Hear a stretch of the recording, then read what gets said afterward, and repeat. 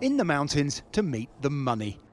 To see you. Oh, so nice to see you. The Chancellor in Davos with a pitch to investors, including her Saudi counterpart.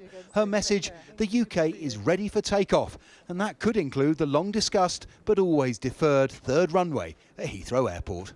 I'm not going to comment on speculation, but what I would say is this. When the last government faced difficult decisions, the answer always seemed to be no. And we can't carry on like that, because if we do, we'll miss out on crucial investment here into Britain. Expanding Heathrow has been debated for 2 decades, with business and investor support always foundering on political and environmental objection.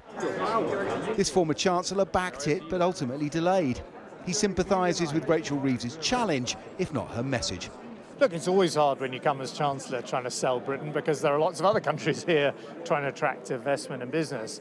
I think she's got a particular challenge at the moment because there's quite a negative sentiment about the UK, which didn't start under the Starmer government, to be fair to her, but it certainly hasn't got better.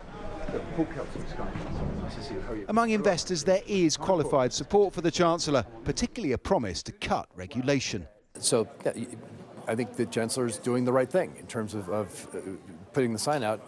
The UK is open for business.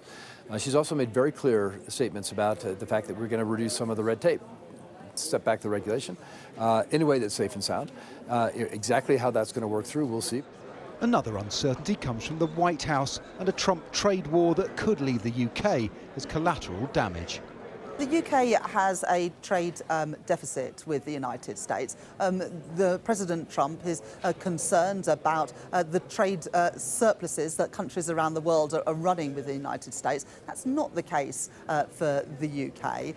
And so we will work with the Trump administration to get a good deal for Britain.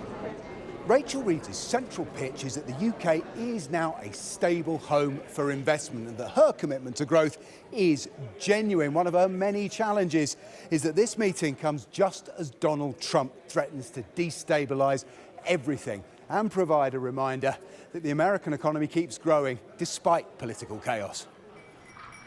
Next up, the World Economic Forum will hear from the man himself in a virtual appearance. The Chancellor, like everyone else, will be paying close attention. Paul Kelso, Sky News in Davos.